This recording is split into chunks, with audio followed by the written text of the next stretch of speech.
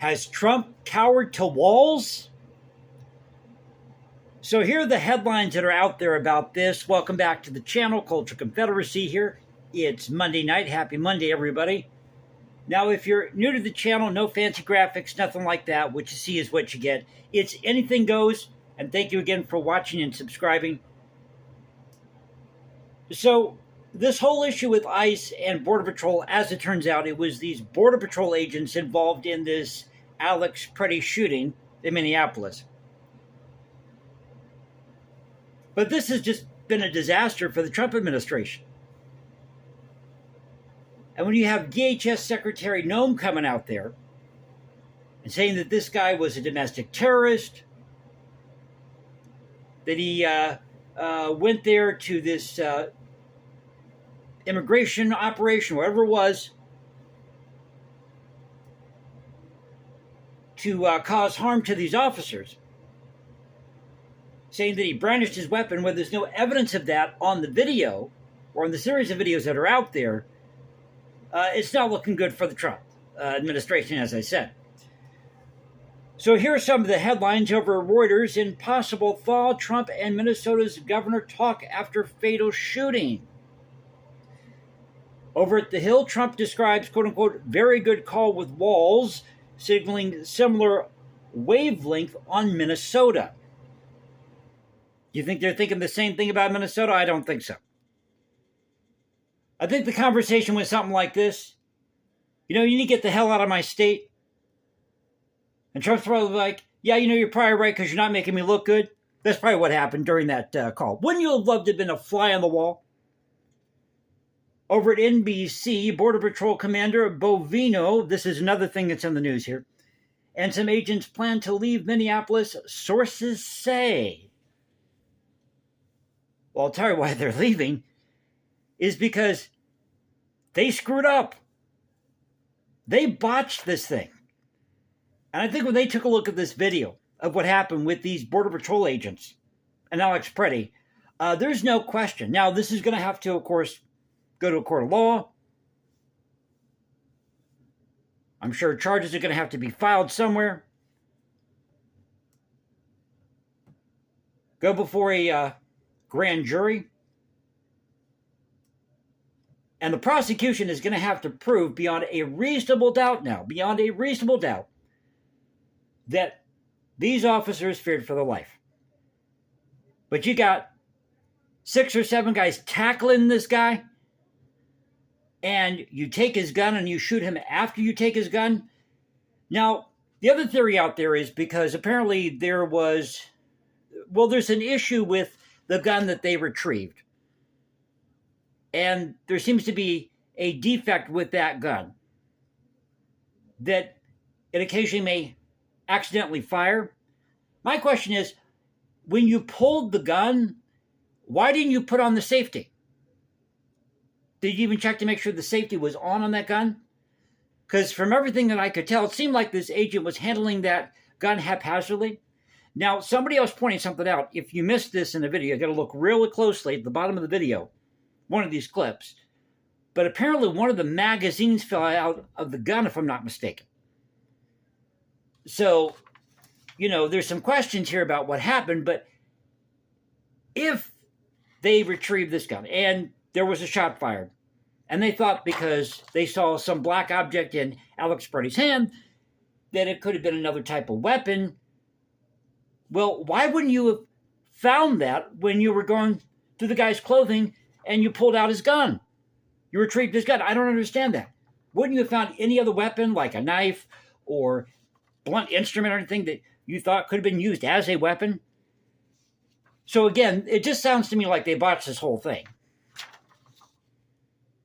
And finally, over at CBS, growing number of Republicans now criticize Trump officials' response to Alex Preddy's shooting.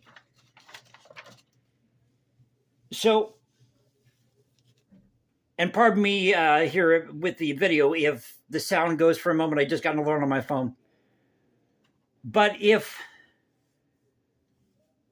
they can't even learn how to handle or subdue somebody like this that's interfering with an illegal immigration operation, And it takes 6 or 7 people to take this guy down who looked like really a twig. Didn't like he looked like he weighed a lot. Looks like your typical, string bean, veggie eating protester.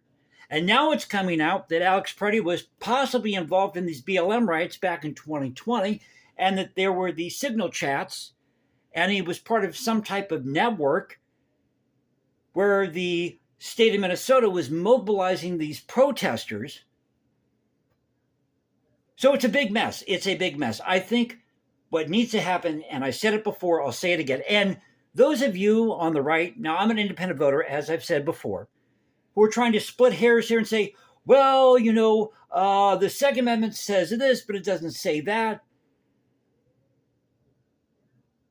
It's not okay for you to be armed during the 2020 protest if you're part of BLM, but it was okay for us to be armed during January 6th. Well, the Second Amendment should apply to all. The purpose of the Second Amendment in the very beginning, during the founding of this thing called the United States, was to have people protect themselves from a tyrannical government and from being invaded by possibly other colonies, other states, to protect their own backyard, to have these militias. So, as the old saying goes, we're living in interesting times. But tell me what you think in the comment section below, because it looks like somebody dropped the ball just from the top to the bottom here. I mean, and then you saw this interview. Did you see that? Now, I tried to do a video about this yesterday, a second video. I posted a video early Sunday morning. Tried to do a second video, this interview with Dana Bash and Greg Bovino, the Border Patrol commander. Not lieutenant, not the head honcho, but he's a commander. Some of these titles they give these people in the federal government, it's unreal to me. It's a real scream. But he's playing dodgeball in this interview with Dana Bash. I think it was on State of the Union or something yesterday. And she asked him, I think she gave a pretty fair interview. Now, you can say, Dana Bash has her own agenda. It's CNN. And trust me, I don't trust CNN as far as I can throw them. But when she's asking questions like, well, why are you saying this guy was a domestic terrorist, or that he, was brandishing his weapon when there's no evidence of this in the videos? And you go and you look at these clips of Kristi Noem and Greg Bovino giving these pressers, and they sound exactly the same, like they're reading from the same script. He was a domestic terrorist. He brandished his weapon. These officers feared for their lives. The language they use. So this definitely, in my opinion, is going to go to trial. It's going to have to. And shame on Governor Walz for stonewalling here. Shame on the FBI for not, or the head of ICE here, DHS, not wanting to, cooperate with local officials in Minneapolis or the state of Minnesota to have this investigation. They want to have their own investigation of what happened with Renee Good, or you name it. You people are a joke. You're a disgrace, an absolute disgrace. Our taxes pay your salary, and this is how you act?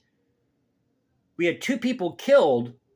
Now, granted, they may have been interfering at the time with these operations, or were in the wrong place at the wrong time, shouldn't have been there, shouldn't have been blocking the road, you name it, whatever they were doing. But it sounds to me like there's a real lack of training here. And as I said, somebody dropped the ball. And when you give these people maybe 47 days of training, by the way, the reason why they did that is because the 47th president, Trump, you're going to have some real problems here. I work at a hotel. That's my day job. And I do the overnights on the weekends. I do the audit. And it takes a couple of years to really get to know how to do the front desk, forward, backward, from the front, like I said, forward, backward, upside down, every which way you can think of. You got to know what you're doing, what you're posting. When there's an erroneous charge on a folio, those things take time. It didn't happen overnight, is my point. And I didn't learn how to do all this in 47 days. There's some things I learned quicker than others, but it's always a learning process. It's always a learning process. Pardon me. So I thought I'd share this with you. Tell me again what you think in the comment section below. But this is just an embarrassment. And now Trump is going to have to get out of there. I think that's the best thing you can do. Get these ICE agents out of there, or Border Patrol agents out of Minneapolis, and just let these people handle on their own. And if the state of Minnesota, as I said before, wants to have sanctuary cities and be a sanctuary state, by all means, let them. In fact, Megyn Kelly was saying that today. Let them have as many illegal aliens as they want.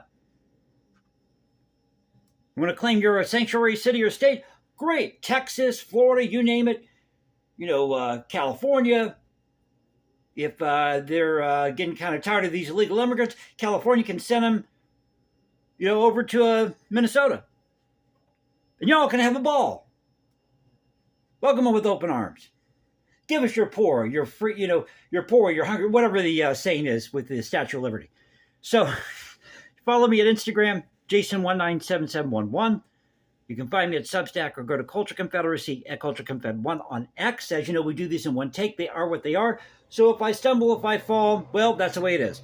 But I'll catch you next time. God bless. Keep up the culture. And you all have a great Monday night. Take care.